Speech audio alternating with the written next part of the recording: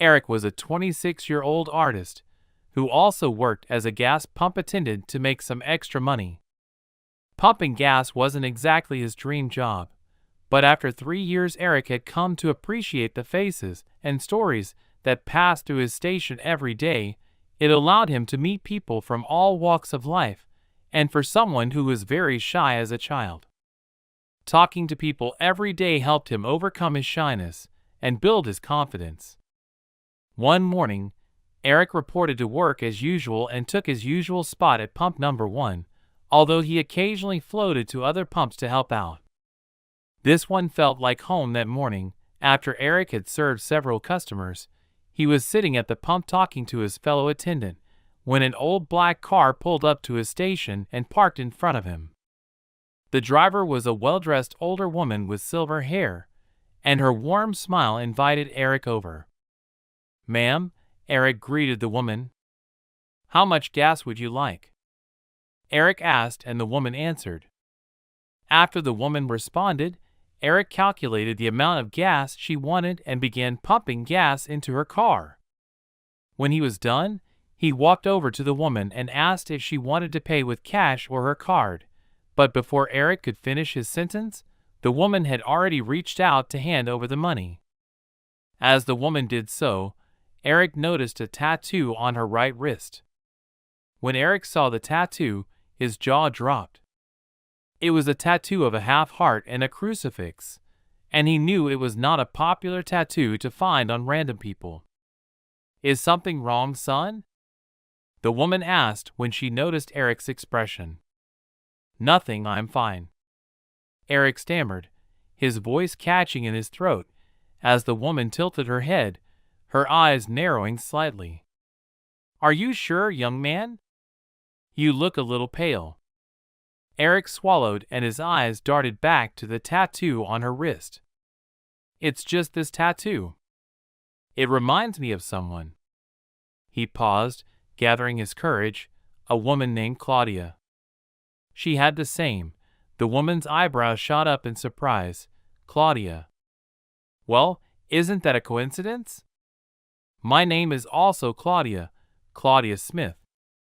A sudden realization dawned on Eric, his eyes widening in disbelief. "Wait a minute, Claudia. Like the Claudia who used to take care of me and my sister." Claudia's face softened, a warm smile spreading across her features. "Eric Kent, is that really you?" "Yes," Eric exclaimed, a grin spreading across his face. Overwhelmed with emotion, Claudia stepped out of the car and hugged Eric tightly. "Look how much you have grown. I never thought I would see you or your family again." Claudia said, "How are your parents? Is your mom still mad? I used to sneak you candy and chocolates." Claudia laughed. "I think she's calmed down about that now." Eric blushed. "What about your sister Maggie? How is she now? She must be all grown up." Claudia said as Eric's face fell, and he took a deep breath. "We lost Maggie shortly after we left our hometown. She was involved in a car accident that took her life instantly." Eric replied in a sad tone, "Oh dear, I'm so sorry." Claudia said, "Oh, it's okay, Claudia, it was years ago. You don't have to apologize." Eric said that while Eric and Claudia were still trying to catch up, they did not notice that 2 cars had parked behind Claudia's car. The drivers had grown tired of their drama, so they honked to get their attention. "You know what? Come see me tonight when you're done with work. We have a lot of catching up to do," Claudia said as she hurried back to her car, scribbled her phone number and address on a piece of paper, and then handed it to Eric before driving off. Even though Eric hated that Claudia had to go, he knew he was at work and couldn't mix his personal life with work all day long. But even though Eric's body was still at the gas station, his mind was with Claudia, and he couldn't stop thinking about the woman who had been like a second mother to him as a child because Eric's parents were always busy and traveling.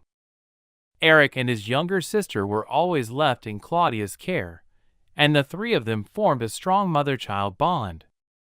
Unfortunately, when Eric was 10 years old, his father got a new job that required them to move to another city, and so Eric and Claudia stopped seeing each other. Later in the evening, as soon as Eric finished work, he went home, freshened up, and had something to eat. Then, after he rested a bit, he called Claudia and told her that he was on his way to her house. Claudia was also at home and said that she would be waiting for him. Around 6:30 p.m. that evening, Eric arrived at Claudia's house. It was a small but nice house that gave Eric a warm feeling as soon as he entered. "What can I offer you, my dear?" Claudia asked Eric after he had settled down. "I think a glass of water would be fine." Eric replied, "Okay, I'll be right back." Claudia said before disappearing into another part of the house a minute after she left, returning with a glass of water and some chocolates. "Do you still like chocolate? I remember they were your favorite." Claudia said with a smile, "Yes, I still love them." Eric said, as he eagerly unwrapped a chocolate bar. "Now that you're here, let's talk about you, Eric. How have you been? Did you finally go to school to study art?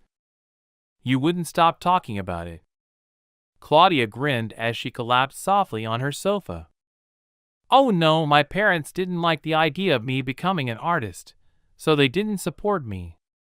I've been working hard to save some money to study a more profitable course. I love art, but I don't think it's going to work out." Eric replied, "Oh, I see. You see, when I was young, like you, I always wanted to travel and explore the world." Claudia smiled as she spoke. "Did you do that?" Eric asked. "That's my regret, Eric. I never did, and every day I think of all the places and amazing people I would have met. My parents were just like yours. They talked me out of following my dreams, and I listened to them." Claudia said, "But you could still do it. It's not too late." Eric tried to encourage her. "No, Eric, I can't, but you can look at me. I'm almost 70, and not as spry as I used to be, but you are a young son. Don't let your dream die on you just because somebody else doesn't see what you see." Claudia said, "Do you still paint?" Claudia asked, "Yes, I do, but not as much as I used to. Sometimes I have to work 2 jobs to keep up with the bills." Eric replied. "You know, Eric." Claudia pondered with a thoughtful expression on her face. "I have a feeling that there's a reason why our paths crossed today. I could have easily gone to another gas station." She paused. "Maybe it was fate, or maybe something bigger than us brought us together after all these years." Eric, taken aback by her words, nodded slowly. "Maybe you're right," he murmured.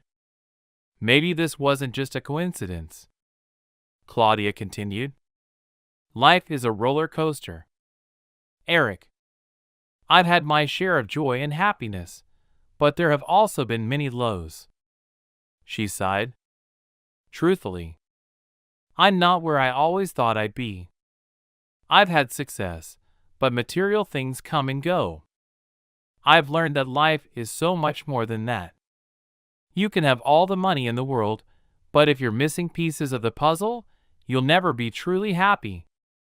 A tear rolled down her cheek, and some pieces, once lost, can never be replaced. As Claudia spoke, Eric said not a word. He listened intently as she told her story. "I will help you, Eric. I loved you like a son and didn't want you to end up like me. I had some money saved up, and right now you need it more than I do." Claudia said you would help me. Eric asked in shock, but Eric stammered. "It doesn't matter, Eric. The universe has orchestrated everything, and that's why you're having coffee in my house tonight," Claudia said with a smile. Eric could not believe that his life was about to change, just because he saw a woman he had known since childhood. Just as Claudia had promised, she gave Eric a lot of money so he could pursue his passion in college. In addition to supporting Eric financially, Claudia played a motherly role in Eric's life. She supported him all the way through college. With Claudia's support, Eric graduated at the top of his class and years later became a very successful artist. Years later, Claudia passed away, leaving a void in Eric's life that no amount of success could fill. She was more than a benefactor. She was the mother. Let us know how this story made you feel with a single word in the comments while you're at it. Check out the video currently on your screen. See you next time. I would love to hear your thoughts on this story. Subscribe to the channel so you don't miss any new stories.